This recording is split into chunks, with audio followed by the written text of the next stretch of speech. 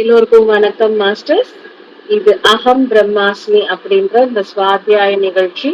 இந்த நிகழ்ச்சியில ஒவ்வொரு வாரமும் நம்ம வந்து 3 பேர் இல்ல 4 பேர் வந்து அவங்களுக்கு பிடிச்ச புத்தகங்கள் படிச்சு அவங்க இந்த செஷன்ல வந்து பகிர்ந்துக்கிறாங்க.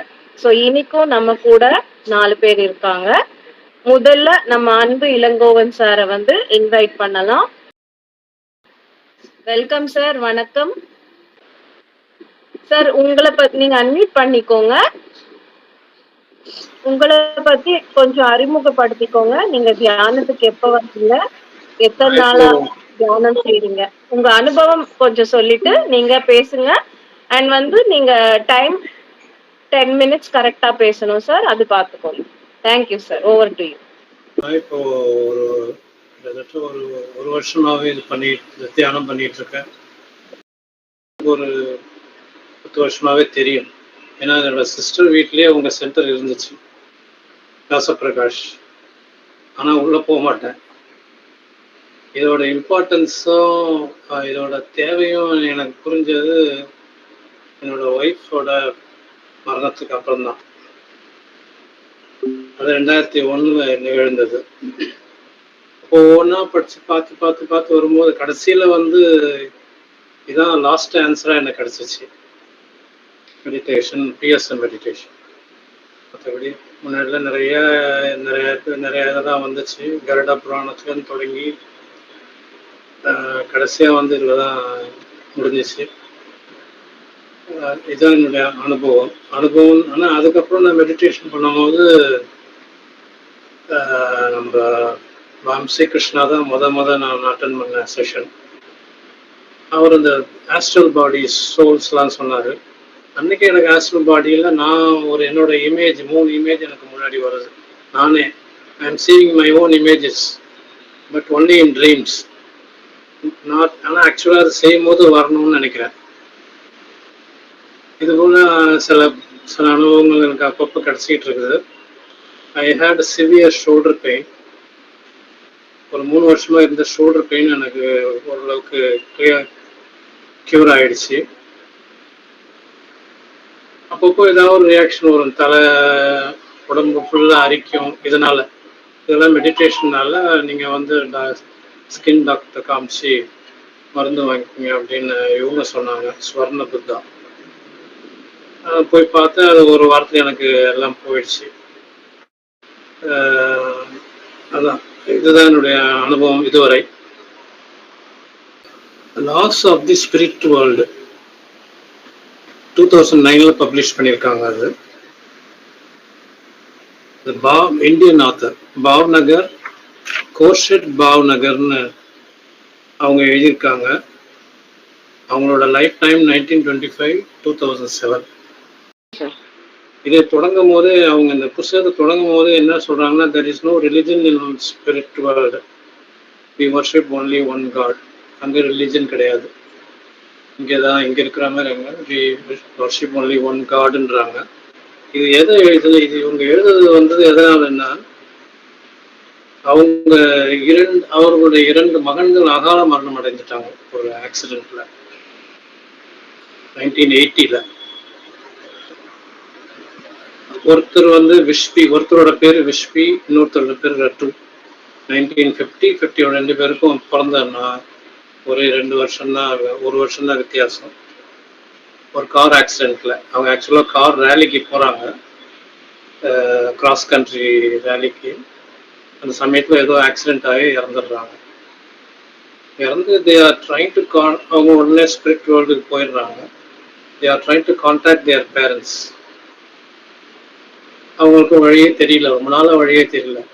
என்ன ஒரு இது நடந்தது பாம்பேயில் நிறைய மீடியம்ஸ் அந்த காலத்தில் இருந்திருக்காங்க. இப்போ எப்படின்னு தெரியல. மீடியம்ஸ் வழியா ஒரு கப்பாடியான்னு சொல்ற ஒரு மீடியம்ஸ் வழியா அவர் இன்ஃபர்மேஷன் கொடுக்குறாங்க,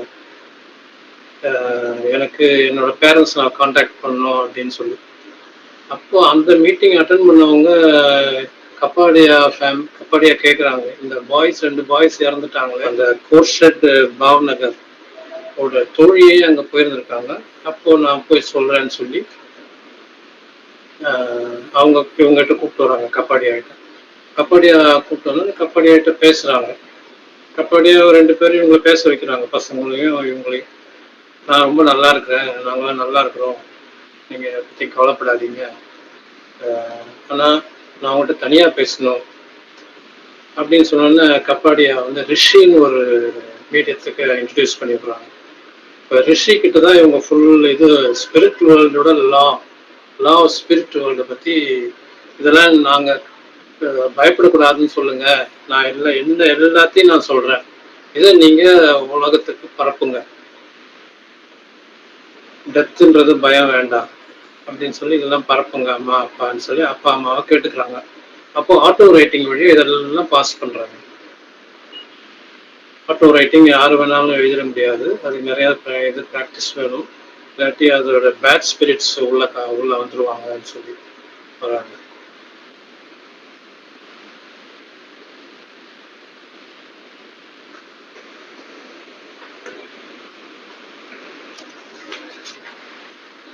அதான் இப்போ நம்ம என்னென்ன படிச்சுட்டு இருக்கோமோ அதெல்லாம் அதுல வருது, எல்லாமே பார்த்துட்டு வருது, எல்லாமே அவங்க சொல்றாங்க.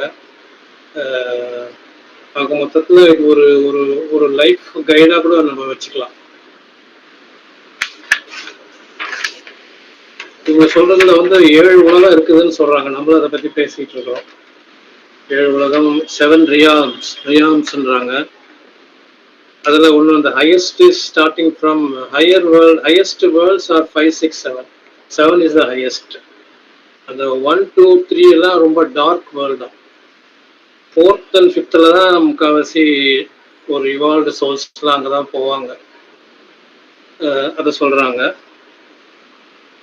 அப்ப இதுல சொல்ற ஒரு முக்கியமான மெசேஜ் என்னன்னா, சின்னு வேற கிரைம் வேற. Not all crimes are sin, not all sins are crimes. Crimes பண்றதெல்லாம் சின்னா வரணும்னு தேவையில்லை. மேன்மேட் லாஸால வயலேட் பண்றவங்க அவங்க they are not sinning, they don't make sin. Sin வந்து ஆக்சுவலா காட் மேட் லாஸை வயலேட் பண்ணவங்களுக்கு தான், வயலேட் பண்ணாதான் அது சின்னா மாறுது.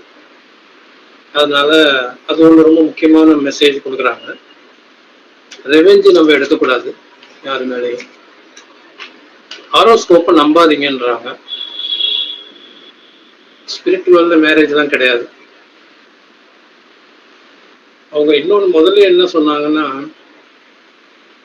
அவங்க அம்மா கிட்ட கான்டாக்ட் பண்ண வரும்போதே என்ன சொன்னாங்கன்னா, உங்ககிட்ட அவங்களுக்கு அப்போ they are facing one problem, court case problem வரும்போது இவங்க போய் ஒரு லாயரை கான்டாக்ட் பண்ணியிருக்காங்க. அந்த லாயர் எதுவும் ஜெயிக்காது, நீங்கள் பர்சியூ பண்ணாதீங்க அப்படின்னு சொல்லியிருக்காங்க. அதுக்கு அந்த பையன் விஷ்பின்ற பையன், நீங்கள் விடாதீங்க, எனக்கு இங்கே தெரிகிறது நீங்கள் நம்ம வின் பண்ணிடுவீங்கன்னு சொல்லி ப்ராப்பர்ட்டி நமக்கு தான் வரும், நீங்கள் தயவுசெய்து ஃபாலோ பண்ணுங்க, விட்டு கொடுக்காதீங்க அப்படின்னு சொல்கிறாங்க. அதே மாதிரி அவங்க அந்த கேஸில் வின் பண்ணிடுறாங்க. இதான் மாஸ்டர்ஸ் ஃபர்ஸ்ட் புக்கு. டைம் இருக்குவே அடுத்த புக்கை பற்றி பேசுறதுக்கு? மாஸ்டர் ஒரு 2 minutes தான் இருக்கு சாமி, அதனால வந்து இந்த புக்லயே இன்னும் கொஞ்சம் ஏதாவது விஸ்டம் இருந்தா நீங்க கொடுக்கலாம்னு நான் நினைக்கிறேன் மாஸ்டர். அடுத்த புக்கு இன்ட்ரோடக்ஷன் கொடுத்துருவா? இல்ல சாமி, நம்ம அடுத்த புக்கை அடுத்த செஷன்ல வேணா நீங்க கொடுத்துக்கலாம். இப்ப இந்த புக்லயே வேற ஏதாவது மெசேஜஸ் இருந்தா கொடுத்துறீங்களா? வேற இருக்கு.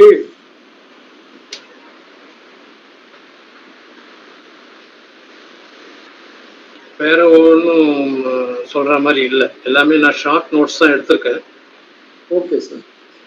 Okay sir, okay, thank you very much. Thank you. First உங்களை அறிமுகப்படுத்திக்கோங்க. என்னுடைய பெயர் ராஜேஸ்வரி. நான் இந்த பிஎம்சிக்கு வந்தது ஒரு பெரிய ஸ்டோரி மேம். அது நான் 2003லயே நான் ஆர்ட் ஆஃப் லிவிங்ல பண்ணினேன். சுதர்சன கிரியால வந்து ஒரு நல்ல அனுபவம் கிடைச்சது. என்னுடைய சோலை நானே பார்க்குற மாதிரி ஒரு அனுபவம் கிடைச்சது. நான் இங்க பள்ளிக்கரணையிலிருந்து பேசுறேன். தென் அதுக்கப்புறம் 2019, 22 எல்லாம் விபாசனா 10 நாள் கோர்ஸ் போனேன். தொடர்ந்து நான் மெடிடேஷன் பண்ணிட்டு இருக்கேன். பட் பிஎம்சியில் லாஸ்ட் ஜூன் 2023 ஜூன்ல இருந்து அப்போ எனக்கு கொஞ்சம் டென்ஸ்டா இருந்துச்சு. ஸோ அந்த இதுல எனக்கு எதேச்சியா பிஎம்சி கிடைச்சது. அது பிரபஞ்சத்தினுடைய ஒரு கருணை, என்மேல் காட்டப்பட்ட கருணையாக நான் நினைக்கிறேன். இதுல ஜாயின் பண்ண அப்புறம் என்னன்னா, இந்த ஷேரிங்கிறது வந்தது வந்து ரொம்ப நல்லா இருந்துச்சு மேம். அது வரைக்கும் நான் அந்த எது நமக்குள்ள தோணும் போதும் அதை ஷேர் பண்ண முடியாது. ஏன்னா அதை வந்து இல்யூசன்னு சொல்லுவாங்க. கூட இருக்கிறவங்களும் சரி, நான் போன மெடிடேஷன் சென்டர்லயும் சரி, இல்யூசன்னு சொல்லி அதை அவாய்ட் பண்ணிடுவாங்க. ஆனா எனக்கு இந்த பிஎம்சில தான் இந்த ஷேரிங் எல்லாமே பண்ணும்போது தான் அது நமக்குள்ள வரக்கூடிய ஒரு உணர்வு, நம்மளை இன்னும் மேல கொண்டு போகக்கூடிய உணர்வு, நம்மளை நாமே தெரிஞ்சுக்கக்கூடிய ஒரு உணர்வுங்கிறத நான் தெரிஞ்சுக்கிட்டேன். அதுக்கு மாஸ்டர்ஸுக்கு எல்லாத்துக்குமே ரொம்ப நன்றி. ஸோ இந்த பேசுவதற்கு இப்ப வாய்ப்பு கொடுத்த பத்ரிஜி அவர்களுக்கும், சந்திரகலா மேடம், முரளிகிருஷ்ணன் சார் மற்றும் உள்ள மாஸ்டர்ஸ் அனைவருக்கும், பிரபஞ்சத்திற்கும் என்னுடைய நன்றி. இப்ப நான் பேச போறது த பவர் ஆஃப் நவ் அப்படிங்கிற ஒரு புத்தகத்திலிருந்து ஒரு சின்ன ஒரு கருத்தை பத்தி நான் சொல்றேன் மேம். அதாவது தமிழ்ல அந்த புக்கு பேரு இப்பொழுது. அதுல இருந்து தான் நான் படிச்சுட்டு அதை பத்தி டிஸ்கஷன் பண்ண போறேன். இந்த புத்தகத்தை எழுதின ஒரு பேரு எக்கார்ட் டோலே. இதை நமக்கு ஒரு 2 வீக்ஸ் முன்னாடியே ஒரு மேடம் வந்து இவரை பத்தியும் இந்த புக்கை பத்தியும் கொஞ்சம் விலாவாரியா சொன்னாங்க. ஸோ அதனால நம்ம அதை பத்தி ரொம்ப அதிகமா பார்க்க வேண்டியது இல்லைன்னு நினைக்கிறேன். இவர் ஒரு ஜெர்மானிய ஞானி. முதன் முறையா இந்த புத்தகத்தை இவர் எழுதின போது 3000 பிரதிகளை வான்கூவர் நமஸ்தேங்கிற ஒரு பப்ளிகேஷன் தான் வெளியிட்டது. அப்போ அவங்க நினைக்கல இந்த புத்தகம் மிகப்பெரிய வெற்றி அடையும் அப்படிங்கிறத பத்தி நினைக்கல. பட் நெக்ஸ்ட் இயரே இந்த புத்தகம் நம்பர் 1 சேல்ஸ்ல போயிடுச்சு. ஸோ இந்த புத்தகத்தை அப்ப அதுக்கப்புறமா 30 மொழிகள்ல மொழிபெயர்த்தாங்க. அதுல 1 தமிழ் மொழி. ஸோ இந்த புத்தகத்தை மனவியாதி சம்பந்தப்பட்ட டாக்டர்ஸ், அதுக்கான ட்ரீட்மெண்ட் கொடுக்கக்கூடிய டாக்டர்ஸ், அந்த வியாதி சம்பந்தப்பட்டவங்களுக்கு இந்த புத்தகத்தை வந்து அவங்களே பரிந்துரை செய்து இதை படிச்சு தெளிவடைகிறதுக்கான ஒரு வழியும் காமிக்கிறாங்கன்னு இந்த புத்தகத்துல கொடுத்துருக்காங்க. ஸோ இவரு இந்த எக்கார்ட் டோலேங்கிறவரு 30 வயது வரைக்கும் தீவிரமான ஒரு மன அழுத்தத்தில் இருந்தாரு. தொடர்ந்து தற்கொலை எண்ணங்கள்னாலே அவதிப்பட்டு வந்தாரு. அவருக்கு அவருடைய 29வது பிறந்த நாள் அப்ப அவருக்கு ஒரு ஞானம் கிடைக்கிற மாதிரி தூங்கிட்டு காலையில எழுந்திருக்கும் போது அவருக்கு இனி நான் உயிர் வாழவே முடியாது, எனக்குள்ள 2 உணர்வு இருக்குது, நான்கிற உணர்வு மற்றும் என்னுடன் அப்படிங்கிற உணர்வு. சோ இதுல எது எனக்கு வந்து ஃபிட் ஆனது, எது நானு, இந்த உணர்வுல எது நான்கிற உணர்வு என்னுடையதா அல்லது என்னுடையங்கிற உணர்வு என்னுடையதா, சோ நான் ஒருத்தனா 2 பேரா அப்படிங்கிற அந்த ஒரு தாட்டுக்கு வந்தாரு.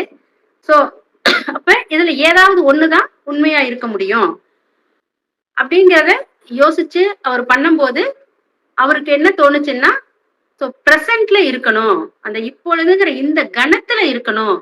ஸோ இந்த கணத்துல இருக்கும் போதுதான் இவருடைய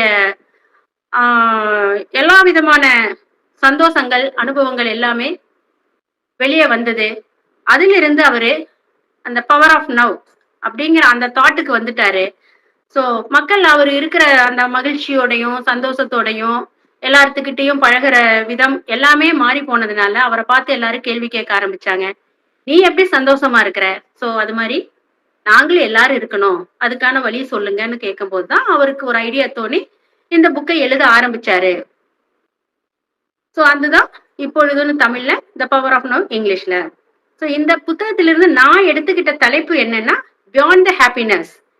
அதாவது சந்தோஷத்திற்கு அப்பால், நமக்கு சந்தோஷத்துக்கு அப்பால் என்ன இருக்குது அப்படின்னு பார்க்கும்போது அமைதிங்கிற ஒரு விஷயம் இருக்குது. அமைதிங்கிற விஷயம் என்னன்னா நமக்குள்ள இருக்கிற விஷயம், அது வெளியில இருந்து வர்றது கிடையாது. பட் சந்தோஷம்ங்கிறது நம்மளுடைய விருப்பு வெறுப்பு. விருப்பம் நடக்கும் போது நம்ம சந்தோஷமா இருப்போம், அது நடக்காத போது நமக்கு அதுல இருந்து, இந்த சந்தோஷத்திலிருந்து நம்ம தவறிடுறோம் அப்படிங்கிறது வருது. ஆனா நம்ம சந்தோஷம் இல்லாமலும், அதாவது அன்ஹாப்பினஸ் அப்படிங்கிற அந்த சமயத்துல கூட நம்மளால அமைதியா இருக்க முடியும். சோ அமைதிங்கிறது தான் நமக்கு ஃபர்ஸ்ட் வேணும் அப்படிங்கறத அந்த தாட்டுக்கு வந்துட்டு அவர் அதை பத்தி பேசினாரு.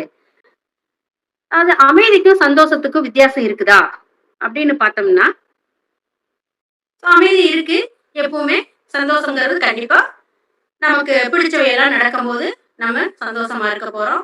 இல்லைன்னா இல்ல. ஸோ சிலர் சொல்லுவாங்க, நீங்க பி பாசிட்டிவ். அதாவது பாசிட்டிவா இருங்க. உங்களுக்கு எல்லாமே பாசிட்டிவா நடக்கும் அப்படின்னு சொல்லுவாங்க. ஆனா, நம்ம பாசிட்டிவா இருக்கும்போது நமக்கு எல்லாமே பாசிட்டிவா நடக்குதான்னு நம்ம யோசனை பண்ணி பார்த்தோம்னா, அது உங்களுக்கு நீங்களே யோசனை பண்ணி பார்த்தாலும் உங்களுக்கும் தெரியும். எல்லா விஷயங்களும் நமக்கு பாசிட்டிவா நடக்கிறது கிடையாது. ஒருத்தரோட லைஃப்லயும் நிறைய ஏமாற்றம், அவமானங்கள், துக்கம் இது மாரி நிகழ்ச்சிகள் நடந்துட்டு தான் இருக்குது. இதெல்லாம் நடக்கும்போது கடவுளே! போதும் எனக்கு இதெல்லாம். இனி தாங்க முடியாதுடா சாமி. அப்பா என்ன விட்டுரு, ஆள விட்டுரு அப்படின்னு நினைப்போம். ஆனா, அந்த நிகழ்வ நம்ம ஒரு எதிரியா நினைக்கும்போது, நம்ம ரொம்ப கஷ்டப்பட்டுட்டே தான் இருப்போம். அதே நிகழ்வ நம்ம ஒரு சில மாசங்கள் கழிச்சோ, ஒரு வருடமோ, 2 வருடமோ அப்படி கழிச்சுட்டு நம்ம பார்க்கும்போது, அதிலிருந்து அந்த நிகழ்வ கடந்து வந்திருப்போம். அதே சமயத்துல அதிலிருந்து நெறைய பாடத்த கத்துக்கிட்டு வந்திருப்போம். நம்ம நம்ம லைஃப்ல ஒருத்தருக்கும் தெரியும். நெறைய விஷயங்கள், கெட்ட விஷயங்கள் நடக்கும்போது, துக்ககரமான விஷயங்கள் நடக்கும்போது, திருப்பி பார்த்தோம்னா, ஏதாவது ஒரு லெசன் கத்துக்கிட்டு தான் நம்ம வெளிய வந்திருப்போம். ஸோ, அப்ப அந்த மொமெண்ட்ல அது நமக்கு பாசிட்டிவ். ஸோ, இத நம்ம அந்த பாசிட்டிவ் அப்ரோச்ச நம்ம கொண்டு வரணும்னா, அதுக்கு முக்கியமா நம்ம தியானம் பண்ணியே ஆகணும். தியானம் பண்ணும்போது மட்டும் தான் நம்ம மனசு வேற, உடம்பு வேற, இந்த ஆத்மாங்கிறது வேற. இது எல்லாமே நம்மனால தெரிஞ்சுக்க முடியுது. ஆத்மாங்கிற லெவல்ல நம்ம தெரிஞ்சுக்கிட்டோம்னாவே, பெரும்பாலான துக்கங்கள் விலகி விடுகின்றன. அந்த துக்கம் வரும்போது கூட அந்த சமயத்துல இருந்தாலுமே, கொஞ்ச நேரத்துல இல்ல ஒரு ஒரு 2, 3 நாளைக்குள்ளேயே நமக்கு அந்த துக்கத்திலிருந்து வெளிய வந்துருவோம். இது எல்லாமே நம்மளுடைய கர்மா. நம்ம பிறப்பெடுத்து வந்ததே இந்த விஷயங்களுக்காக தான். ஸோ நம்ம தான் பிறப்பெடுத்து வந்திருக்கிறோம். நம்ம தான் இந்த விஷயங்கள கொண்டு வந்திருக்கிறோம். இதெல்லாம் நடக்கணும்னு நம்ம தான் கேட்டு வாங்கிட்டு வந்திருக்கிறோம். அந்த விஷயத்த நம்ம புரிஞ்சுக்க முடியுது. ஆத்மாங்கிறது புரிஞ்சுக்கிட்டாவே, இந்த விஷயங்கள நம்மளால புரிஞ்சுக்க முடியுது. அப்ப நமக்கு இது எல்லாத்தையுமே இந்த நிகழ்வுகள எந்த ஒரு நிகழ்வையும் நம்ம எதிரியா பார்க்க வேண்டிய அவசியம் இல்ல. எந்த விஷயத்தையும் நம்ம நெகட்டிவா பார்க்க வேண்டாம். எல்லா விஷயங்களையும் நம்ம பாசிட்டிவாவே பார்க்கலாம். இதத்தான் பி பாசிட்டிவ் அப்படின்னு சொல்றது. நம்ம அது மட்டும் இல்லாம, இந்த மாரி நிகழ்வுகள நம்ம என்ன நெனச்சு சொல்லணும்னா, இத ஒரு டீச்சரா நெனச்சுக்கணும். இந்த நிகழ்வுகள நமக்கு கத்துக் குடுக்க வந்த ஒரு ஆசிரியர். அதிலிருந்து நமக்கு நம்ம நெறைய லெசன்ஸ கத்துக்கிறோம். அப்படிங்கிறத நம்ம தெரிஞ்சுக்கணும். இது எதிரியா பார்க்கும்போது என்னன்னா, பழைய பிரசன்ட்ட இப்போதைய பிரசன்ட் ஆக்கிக்கிறோம். இந்த பழைய இப்பொழுதுங்கிற அந்த மொமெண்ட்ல நடந்த விஷயத்த இப்ப இந்த மொமெண்ட்லயே அதை நினைச்சு நினைச்சு ஒரு விஷயத்த நம்ம 100 விஷயமாக்கிட்டு துக்கப்பட்டுட்டே இருக்கிறோம். ஆனா சந்தோஷம் நடக்கும்போது நம்ம அப்படி நினைக்கிறதே கிடையாது. ஒரு 10 நாளைக்கு முன்னாடி ஒரு சந்தோஷகரமான விஷயம் நடந்திருந்துச்சுன்னா, அத திரும்ப திரும்ப நம்ம யோசனை பண்ணி பண்ணி அத 100ஆ மாத்துறது இல்ல. ஆனா துக்ககரமான விஷயங்கள நம்ம தான் பிரசன்ட் நவ் அப்படிங்கிற அந்த இதுக்கு பாஸ்ட கொண்டு வந்து சேர்த்திக்கிறோம். பாஸ்ட் அப்ப இருந்த பிரசன்ட கொண்டு வந்து இப்ப போட்டு இந்த பிரசன்ட்ட பாழடிச்சுக்கிறோம். அத நம்ம செய்யக்கூடாது. இப்ப என்ன நடக்குது? அதை மட்டும் நம்ம பார்த்துட்டு போயிட்டே இருக்கணும் லைஃப்ல. அத அத அந்த மாரி ஒரு தாட் எனக்கு இதிலிருந்து கிடைச்சது. இந்த லெசன் எனக்கு கிடைச்சது. ஸோ டீச்சரா பார்க்கும்போது, அந்த எந்த ஒரு நிகழ்வுக்குமே நம்மளால ஒரு நன்றி சொல்ல முடியுது. அந்த நிகழ்வை நடத்தியவர்களுக்கும் நாம் நன்றி சொல்ல தோன்றுகிறது. இது எனக்கு நான் கண்கூடா என்னுடைய வாழ்க்கையில நான் அதைய அனுபவிச்சிருக்கிறேன். ஸோ பழைய அந்த நவ் அப்படிங்கிறத விட்டுட்டு வரும்போது, உண்மையான பிரசன்ட் மொமெண்ட்டுக்கு நம்ம வந்துட்டோம்னா, விருப்பமற்ற நிகழ்வுகள் நடக்கும்போது கூட இதுவும் கடந்து போகும். இது சின்ன வார்த்தை தான். ஆனா இதனுடைய தாக்கம் மிகப்பெரிய தாக்கம். இதுவும் கடந்து போகும். இந்த ஒரு வார்த்தையில எல்லாமே நமக்கு கடந்து போயிரும். அப்படிங்கிற ஒரு நேர்மறையான எண்ணம் நமக்கு வருது. இந்த எதிர்மறையான விஷயங்களிலும் நேர்மறையான விஷயங்கள் ஒளிந்து கொண்டிருக்கிறது அப்படிங்கிறது நமக்கு தெள்ளத் தெளிவாக தெரிகிறது. இந்த மனப்பான்மையை நம்ம வளர்த்துக்கிட்டோம்னா, நடப்பதெல்லாம் நன்மைக்கே. இதுவும் கடந்து போகும். நடப்பதெல்லாம் நன்மைக்கே. இந்த 2 வார்த்தைகள் நம்ம வாழ்க்கையில இன்றியமையாத சொற்கள். நடப்பதெல்லாம் நன்மைக்கு, இதுவும் கடந்து போகும். அப்படி நம்ம எடுத்துக்கிட்டோம்னா, நம்ம அந்த விஷயத்த அக்செப்ட் பண்ணிக்கிறோம். முழு மனசா அக்செப்ட் பண்ணிக்கிறோம். எந்த ஒரு நிகழ்வையும் முழு மனசா அக்செப்ட் பண்ணிட்டோம்னாவே, அந்த நிகழ்வுகள் பாசிட்டிவா மாறுறதுக்கு உண்டான வழிகள கடவுள் நமக்கு தெளிவா அமைச்சு குடுப்பாரு. அது நான் வாழ்க்கையில நான் என்னுடைய செல்ஃப் எக்ஸ்பீரியன்ஸ்ல நான் மிக மிக அதிகமாக உணர்ந்திருக்கிறேன். சோ இந்த அக்செப்டன்ஸ் அப்படிங்கிறது நம்ம கண்டிப்பா பண்ணி ஆகணும். சோ இதெல்லாம் பண்ணணும்னாவே நமக்கு முதல்ல தியானம், அந்த ஆத்மா, இந்த 2ம் கண்டிப்பா வேண்டும். சோ இந்த விருப்பு வெறுப்பு இதுல இருந்து எல்லாமே நம்ம விடுபட்டுருவோம். அது கூட விடுபடுறதுக்கு இன்னும் ஒரு இது ஆத்மாங்கிற லெவல்ல இருந்து நம்ம பார்த்தோம்னா எல்லாமே நாடகம், இறைவன் நடத்தும் நாடகம். சினிமால வர டிவில வர சீரியல் மாதிரிதான் நம்மளையெல்லாம் வேஷதாரிகள் ஆக்கிட்டு கடவுள் ஒரு நாடகத்தை நடத்திட்டு இருக்கிறாரு. அவரோட என்டர்டெயின்மெண்ட் எதுவோ என்னவோ தெரியல எனக்கு. ஆனா அது அவருக்கு ஒரு இதாதான் இருக்கும்னு நினைக்கிறேன், என்டர்டெயின்மெண்டா தான் இருக்கும். பட் நம்மள கொஞ்சம் அப்பப்ப கஷ்டப்படுத்தி பார்த்துக்கிட்டு நல்லா இருக்கிறாரு. சோ அதுல இருந்து நமக்கு நிறைய லெசன்ஸை கத்து கொடுத்துக்கிட்டு இருக்கிறாரு. அப்படிங்கிறது தான் இந்த பாடத்துல இருந்து எனக்கு கிடைச்ச பாடம். ஸோ இதை நான் ஒரு முறை படிக்கும்போது இந்த மாதிரி ஒரு தாட் எனக்கு வந்திருக்கு. ஆனா இதே புக்கை நான் இன்னொரு 10 நாள் கழிச்சுட்டோ 20 நாள் கழிச்சுட்டோ படிக்கும் போது வேற டைமென்ஷன்ல எனக்கு தோணலாம் கருத்துக்கள். ஸோ அதனால ஒரு ஒரு புக்கையும் ஒரு ஒரு இதையும் ஒரு ஒரு கட்டுரையும் ஒரு ஒரு பாட்டையும் நம்ம ஒரு தடவை படிக்காம ஒரு 10 தடவை 20 தடவை படிக்கும் போது இன்னும் நிறைய புரிதல் வரும்னு நினைக்கிறேன் நான். ஸோ அந்த வகையில நான் அந்த அந்த வழியில தான் நானும் போயிட்டு இருக்கேன். இந்த வாய்ப்பளித்த சந்திரகலா மாஸ்டருக்கும் செவி கொடுத்து கேட்ட மற்ற மாஸ்டர்ஸ் எல்லோருக்கும் வாய்ப்பளித்து செய்த பிரபஞ்சத்திற்கும் கோடானு கோடி நன்றி நன்றி நன்றி நன்றி மேடம். இந்த ஸ்டார்ட் பண்ணிக்கோங்க. தேங்க்யூ. வணக்கம், என் பேர் கண்ணம்மா. நான் சென்னையில் அம்பத்தூரில் இருக்கேன். இந்த வாய்ப்பு கொடுத்த சந்திரலேகா மேடத்துக்கும் அமிர்தவல்லி மேடத்துக்கும் என்னுடைய வணக்கம். தேர் மாஸ்டர்ஸ், காட்ஸ் அண்ட் ஃப்ரெண்ட்ஸ். நான் இன்னைக்கு எடுத்த புக்கு என்னன்னா ஃப்ளவர் ரெமெடி. இந்த ஃப்ளவர் ரெமெடி யார் இது பண்ணதுன்னா டாக்டர் எட்வர்ட் பேட்ச். அவங்க 1931 இங்கிலாந்துல அவங்க இதை எழுதினாங்க. அவங்க இங்கிலாந்துல தான் பிறந்தது. அவங்க ஒரு டாக்டர், அலோபதி டாக்டர். அவர் பாக்டீரியா ரிசர்ச் சென்டர்ல அவங்க ஒர்க் பண்ணியிருக்காங்க. அவங்க ஒரு டாக்டர், அலோபதி டாக்டர். அவங்க இதை பண்ணிட்டு இருக்க அலோபதி படிச்சுட்டு இருக்கும் போது அவங்களுக்கு கொஞ்சம் உடம்புக்கு முடியாம போயிருக்கு. உடம்பு முடியாம போறதுனால அவங்க என்ன பண்ணிட்டாங்கன்னா, தனக்கு என்னடா இப்படி அலோபதி டாக்டரா இருக்கேன், எனக்கு உடம்பு முடியாம போயிடுச்சேன்னு ரொம்ப வருத்தப்பட்டாங்க. மெடிசன் எடுத்துக்கிட்டாங்க. ஆனா எடுத்தும் அவங்களுக்கு அது கியூர் ஆகலை. என்னடா இப்படி நமக்கு கியூர் ஆகாம இருக்கே, இவ்வளவு மெடிசன் எடுத்து கொஞ்ச நாளைக்கு தான் இருக்கு, ஆனா ஆகாம கியூர் ஆகலை. அதனால அவங்க என்ன பண்றாங்கன்னா ஹோமியோபதி இந்த மெடிசன்ஸ் எல்லாமே படிக்க ஆரம்பிச்சாங்க. படிக்க ஆரம்பிச்சு அந்த இதுலயுமே அவ்வளவா ரிசல்ட் அவங்களுக்கு வரல. அவர் மனம் வெக்ஸ் ஆகி என்ன பண்றாங்கன்னா, எதனால நமக்கு இப்படி இவ்வளவு கஷ்டம் வருதுன்னு ஒரு ஆராய்ச்சியில அவர் ஈடுபட ஆரம்பிச்சிட்டாங்க. காடுகள் மலைகளுக்குன்னா அவங்க இங்கிலாந்துல உள்ள காடுகள் காடுகளுக்கு போக ஆரம்பிச்சிட்டாங்க. அங்க போயிட்டு இருக்கும் போது அவருக்கு ஒரு மனங்கள் வார அப்படி ஸ்மெல்லிங் ரொம்ப அருமையா இருந்தது. அந்த ஸ்மெல்ல அவங்க நுகர்வரும் போது அவங்களுக்கு மனது ரொம்ப அமைதியாகுது. என்னடா இவ்வளோ அமைதியா ஃபீல் பண்றோமே, நம்ம அவ்வளோ டென்ஷன்ல இருக்கோம், இவ்வளோ அமைதியா ஃபீல் பண்றோமேன்னு ஒரு எண்ணம் அவங்க அப்படியே அந்த மலர்களை ஒவ்வொரு மலர்களா பாக்குறாங்க. அதுல மலர்களை எடுத்து அந்த இதுல எசன்ஸ் மாதிரி தயார் பண்ணி அவங்க சாப்பிடுறாங்க ஒவ்வொரு மனநிலைக்கு ஏற்ற மாதிரி.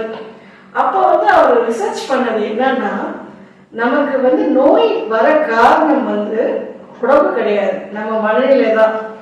அதாவது நம்ம மைண்ட் கரெக்டா இல்லைன்னா நமக்கு உடல்நிலை பாதிக்குது. உடல்நிலை பாதிச்சா மனசும் பாதிக்கும், அதே மாதிரி நம்ம ஆன்மாவுக்கும் அது பாதிப்பு உண்டாகும். அதனாலதான் நோய் வருதுன்னு அவர் கண்டுபிடிச்சிருக்காங்க. கண்டுபிடிச்சிட்டு அந்த மனநிலையை எப்படி சரி பண்றது அப்படின்னு அவர் ஒவ்வொரு மலர்களுக்கும் ஒரு தனித்தன்மை இருக்கு. அவர் என்ன கண்டுபிடிச்சிருக்காருன்னா, உலகத்துல 7 விதமான மனிதர்கள் பய உணர்வோட தான் இருப்பாங்க. அந்த 7 விதமான பயம் தான் இருக்குமா. ஒண்ணு எப்படின்னா, ஒரு அதிர்ச்சியான சம்பவம் நடந்தா ஒரு அதிர்ச்சியான ஒரு பயம், நம்பிக்கையற்ற தன்மை, அப்புறம் அடுத்தவங்களை பார்த்து பொறாமப்படுறது, அதுக்கப்புறம் ஏதாச்சும் ஒரு சின்ன சின்ன விஷயத்துக்குலாம் சண்டை போடுறது, வீட்டுல ஹஸ்பண்ட் ஒய்ஃப் இந்த மாதிரி சண்டைகள் சச்சரவுகள்லாம் வரும். இந்த மாதிரி நிறைய பிரச்சனைகள் அந்த மனநிலையை பாதிக்கும். அப்ப அதுக்கு எல்லாத்துக்கும் ஒரு மருந்து கண்டுபிடிச்சிருக்காரு.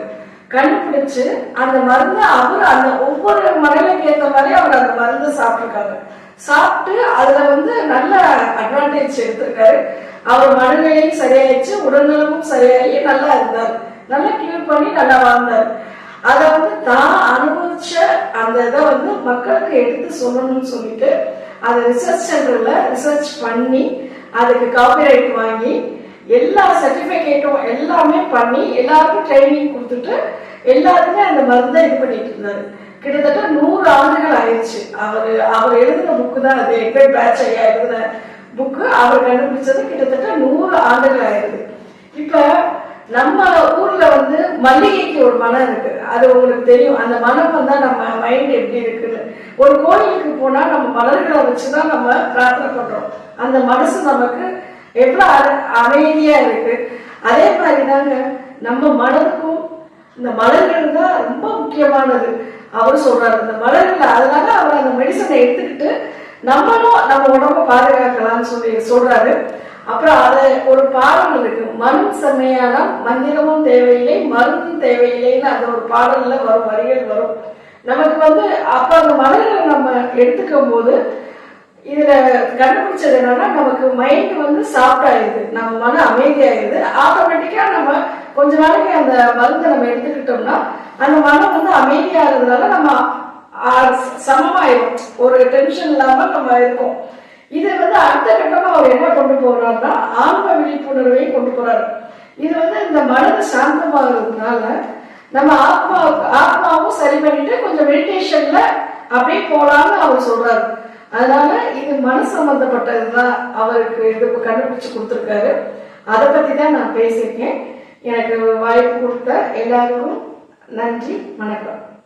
திருவள்ளுவர் பத்தி எல்லாருக்குமே தெரியும். திருக்குறள்ல 26வது அதிகாரம் நம்ம புலால் மறுத்தல், அதை பத்தி தான் இன்னைக்கு சொல்ல போறேன். அவருக்கு பேர் ஞான வெட்டியான்னு சொல்லிட்டு கூட ஒரு பேர் இருக்கு திருவள்ளுவருக்கு. அது அந்த காலத்துல அதிக வேலை இருக்காது. அவர் அமைதியா உட்கார்ந்து தியானத்து மூலமா நமக்கு அவரும் ஞானத்தை பெற்று எல்லாருக்கும் நடக்க போறது கொண்டு எல்லாமே எழுதியிருக்காரு அவரு திருக்குறள்ல. இதுல புலால் மறுத்தல் அது சொல்றேன். ஃபர்ஸ்ட் 251வது திருக்குறள். இது 26வது அதிகாரம் 251வது திருக்குறள். தன் ஊன் பெருக்கற்கு தான் பிரிது ஊன் உண்பான் எங்கனம் ஆளும் அருள் அப்படின்னு சொல்லி ஒரு திருக்குறள் சொல்லியிருக்காரு. தன் உடலை பெரிதாய் வளர்ப்பதற்காக பெரிதோர் உயிரின் தசையை தின்கின்றவன் எவ்வாறு இரக்கமுள்ளவனாக இருக்க முடியும் அப்படின்னு சொல்லியிருக்காங்க. புலால் உன்றவன் எப்படி இரக்கமுள்ளவனா இருக்க முடியும் அப்படின்னு சொல்லியிருக்காங்க. அடுத்த திருக்குறள், பொருளாட்சி போற்றாதற்கு இல்லை அருளாட்சி ஆங்கில்லை ஊன் தின்பவர்க்கு அப்படின்னு சொல்லிட்டு, பொருளுடையவாக இருக்கும் தகுதி, பொருள் இருக்கும் உள்ள தகுதி அதை காப்பாற்றாதவருக்கு இல்லை. பொருள் இருக்கலாம், அதை தகுந்த மாதிரி காப்பாற்றாதவங்களுக்கு அந்த அருள் கிடையாது. அவ்வாறே அருள் உடையவராகும் தகுதி ஊனை தின்பவருக்கு இல்லை. அருள் இருக்கோன்னு நினைக்கிறவங்களுக்கு எப்படி அசைவம் சாப்பிடுறது அருள் கிடைக்கும்? நமக்கு நல்லா சாமி கும்பிடுறோம், நமக்கு அருள் கிடைச்சிச்சு நினைச்சிட்டு வீட்டுல நம்ம அசைவம் சாப்பிட்டா அந்த அருள் நமக்கு என்னைக்குமே கிடைக்காது அப்படிங்கறத இந்த திருக்குறள்ல சொல்லியிருக்காங்க மாஸ்டர். அடுத்து 3வது திருக்குறள், படை கொண்டார் நெஞ்சம் போல் நன்று உக்காது ஒன்றன் உடல் சுவை உண்டார் மனம். படைகொண்டால் நெஞ்சம் போல் நன்றூக்காது ஒன்றன் உடல் சுவை உண்டார் மனம். ஒரு உயிரின் உடலை சுவையாக உண்பவரின் மனம் கொலை கருவி கையில் கொண்டவரின் நெஞ்சம் போல் இரக்கமற்று காணப்படும் அப்படின்னு சொல்லியிருக்காங்க. சோ அது ரொம்ப அருமையான திருக்குறள் மாஸ்டர். படை கொண்டால் நெஞ்சம் போல் நன்றூக்காத ஒன்றன் உடல் சுவை உண்டார் மனம். அடுத்த திருக்குறள் 4வது திருக்குறள். அருள் அல்லது யாதெனின் கொல்லாமை கோரல் பொருள் அல்லது அவ்வூழ் திணல். கொல்லாமையே அருளாகும். எந்த ஒரு உயிரையும் கொல்லாமையே அருளாகும். ஒரு உயிரை கொல்லுதல் அருள் இல்லாத தன்மையாகும். அதன் ஊனை தின்னுதல் அறம் இல்லாத செயலாகும். கொல்லாமை அருள் கிடைக்கணும்னா கொல்லாமை நமக்கு கண்டிப்பா வேணும். ஒரு உயிரை கொல்லுதல் அருள் இல்லாத தன்மை. எந்த உயிரையும் நம்ம அன்போட தான் நேசிக்கணும், எந்த உயிரையும் கொல்லக்கூடாது அப்படிங்கிறது இந்த திருக்குறள்ல இருக்கு மாஸ்டர். அடுத்து உண்ணாமை உள்ளது உயிர்நிலை. உண்ணாமை உள்ளது உயிர்நிலை ஊன் உண்ண அண்ணாதல் செய்யாத அலறு அப்படின்னு சொல்லியிருக்காங்க. உண்ணாமை உள்ளது உயிர்நிலை ஊன் உண்ண அண்ணாத்தல் செய்யாது அலறு. புலால் உண்ணும் பழக்கம் பெருகி கொண்டே போனால் பிராணி உயிர் வாழும் நிலையே அரிதாகிவிடும். நம்ம எந்த உயிரோட நம்ம மனுஷனுங்க மட்டும் உயிர் வாழ்ந்தா போதுமா? அப்படி கிடையாது. எல்லா உயிரும் நமக்கு இருந்தாதான், நம்ம பறவைகள் எல்லாமே இருந்தாதான் மனுஷன் வாழ்றதுக்கே ஒரு இது இருக்குன்னு சொல்லுவாங்க. மனுஷன் வாழ்றதுக்கே ஒரு தகுதி இருக்கு அப்படிங்கிற மாதிரி சொல்லுவாங்க. பறவைகள் விலங்குகள் இல்லாத இடத்துல மனிதர் வாழ்றதுக்கு வாய்ப்பே கிடையாது அப்படின்னு சொல்லியிருக்காங்க. சோ அந்த ஒரு திருக்குறள் ரொம்ப அருமையான திருக்குறள். அடுத்து 256வது திருக்குறள். திணல் பொருட்டால் கொல்லாது உலகினில் யாரும் விலை பொருட்டால் ஊன் தருவார் இல். திணல் பொருட்டால் கொல்லாது உலகினில் யாரும் விலை பொருட்டால் ஊன் தருவார் இல். புலாலை தின்னும் பொருட்டாக உயிர்களை உலகத்தார் கொல்லாதிருத்தல். நம்ம அசைவ சாப்பிடாம இருந்தா விக்கிறவங்களே இருக்காம இல்லாம போயிடுவாங்க அப்படின்னு சொல்றாங்க. விலை பொருட்டு ஊன் விற்பவர் இல்லாமல் போவர். அப்படின்னா யாருமே நம்ம அசைவத்தை கொஞ்சம் கொஞ்சமா விட்டுட்டோம்னா அசைவம் மீன் கறி விக்கிறவங்களே இல்லாம போயிடுவாங்க. சோ நமக்கு எப்பயுமே நான்வெஜ் அப்படியே அசைவங்கிறதே இல்லாம போகும். விக்கிறவங்க இல்லைன்னா அவ்வளவுதானே, சாப்பிட்றவங்க இருக்கிறதுனாலதான் விக்கிறவங்க இருக்கிறாங்க. சோ அது மாறும் அப்படின்னு சொல்லியிருக்காங்க. அடுத்து மாஸ்டர் 257வது திருக்குறள். உண்ணாமை வேண்டும் புலா அல் பிரிதொன்றன் புண் அது உணர்வார் பெறின். உண்ணாமை வேண்டுதல் புலா அல் பிரிதொன்றன் புண் அது உணர்வார் பெறின். இந்த பொருள் பாருங்க, ஆராய்ந்து பார்த்தால் புலால் என்பது உயிரினங்களின் புண் என்பது நன்கு புலனாகும். இப்ப நமக்கு ஒரு கையில அடிபட்டாலே அது ஆறும்போது புண்ணாகி நமக்கு அது மருந்து போட்டு ஆற வைக்கணும். ஒரு கையில நம்ம காய்கறி நறுக்கும் போதே நம்ம கையில எதனா அடிபட்டுச்சுன்னா அது நமக்கு காயம் ஆறதுக்கு எவ்வளவு வலி வலிக்கும், அது புண்ணாகும். சோ அந்த ஒரு உயிரை கொல்லும் போது அதை புண்ணதானே நம்ம சாப்பிடுறோம். அது இதை உணர்ந்து புலாலை உண்ணல் ஆகாது. இதை உணர்ந்தாங்கனாலே அந்த அசைவத்தை சாப்பிடுறத கண்டிப்பா விடுவாங்க அப்படின்னு சொல்லியிருக்காங்க மாஸ்டர். அடுத்து 256வது திருக்குறள். செயிரின் தலை பிரிந்த காட்சியார் உண்ணார் உயிரின் தலை பிரிந்த ஊன் அப்படின்னு சொல்லியிருக்காங்க. செயிரின் தலை பிரிந்த காட்சியார் உண்ணார் உயிரின் தலை பிரிந்த ஊன். குற்றத்திலிருந்து நீங்கிய அறிவுடையோர் குற்றத்திலிருந்து நீங்கிய அறிவுடையோர் உயிர் வழி வந்த உடலை ஒருபோதும் உண்ண மாட்டார்கள். அதாவது குற்றத்திலிருந்து நம்ம தெரிஞ்சுக்கிட்டு நம்ம வெளியே வந்துட்டோம்.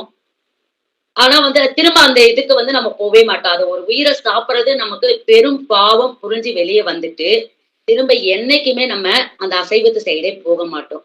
அதை புரிஞ்சுக்கிட்டு வெளியே வரணும். அதுதான் மாஸ்டர் நம்ம சொல்லி புரிய வைக்கிறது. அவங்க உணர்ந்து வெளியே வர்றதுதான் ரொம்ப முக்கியமானது. அடுத்தது மாஸ்டர் 251வது திருக்குறள். அவி சொரிந்து 1000 வேட்டலின் ஒன்றன் உயிர் செகுத்து உண்ணாமை நன்று. அவி சொரிந்து 1000 வேட்டலின் ஒன்றன் உயிர் செகுத்து உண்ணாமை நன்று. இதுக்கு பொருள் பாருங்க. பல வேள்விகளை செய்வதால் கிடைக்கும் பலனை விட பல நம்ம உதவி செய்தா கிடைக்கிற நன்மையை விட உண்ணுதலை கைவிடுதல், புலால் உண்ணுதலை கைவிடுவதால் வரும் பலன் மிகவும் உயர்ந்ததாகும். நம்ம அசைவத்தை விட்டாலே அதனுடைய நன்மைகள் வந்து ரொம்ப ரொம்ப அதிகம் மாஸ்டர். சோ அதை வந்து நம்ம எல்லாருமே புரிஞ்சிட்டு இருப்போம். புலால் உண்ணுதலை கைவிடுவதால் வரும் பலன் மிகவும் உயர்ந்ததாகும். அடுத்து மாஸ்டர் லாஸ்ட் 260வது திருக்குறள். கொல்லான் புலாலை மறுத்தானை கை கூப்பி எல்லா உயிரும் தொழும். இது பொருள் பாருங்க. கொல்லாமை, கொலை செய்யாமலும் புலால் உண்ணாமலும் வாழும் உயர்ந்த பண்பாளனை எல்லா உயிர்களும் கை கூப்பி வணங்கும் அப்படின்னு சொல்லியிருக்காங்க. சோ நம்ம வந்து எந்த உயிரையுமே அன்பா நம்ம நடத்தணும், யாருமே கொடுமைப்படுத்தல அப்படின்னா வந்து எல்லா உயிர்களும் நம்மள கை கூப்பி வணங்கும் அப்படின்னு சொல்லியிருக்காங்க மாஸ்டர். இதுல வந்து அடுத்து ஒரே ஒரு திருக்குறள் சொல்றேன் மாஸ்டர். தவம் இதோடைய ரிலேட்டட் தான். அதை ஒண்ணு மட்டும் சொல்லிடுறேன் மாஸ்டர். தவம் உற்ற நோய் நோன்றல் உயிருக்கு உருக்கன் செய்யாமை அற்றே தவத்திற்கு உரு அப்படின்னு சொல்லி ஒரு திருக்குறள்.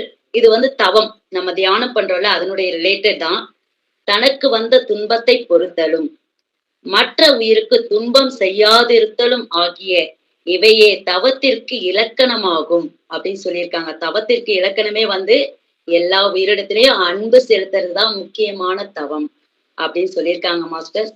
ஸோ எனக்கு இந்த திருக்குறள் சொல்றதுக்கு வாய்ப்பளித்த அனைத்து நம்ம சந்திரகலா மாஸ்டருக்கு, இந்த பிரபஞ்சத்துக்கு, முரளி மாஸ்டர் எல்லாருக்கும் வந்து ரொம்ப நன்றி தெரிவிச்சுக்கிறேன். ரொம்ப ரொம்ப நன்றி master. Thank you so much masters. எல்லாருமே ரொம்ப சூப்பரா பேசுனீங்க.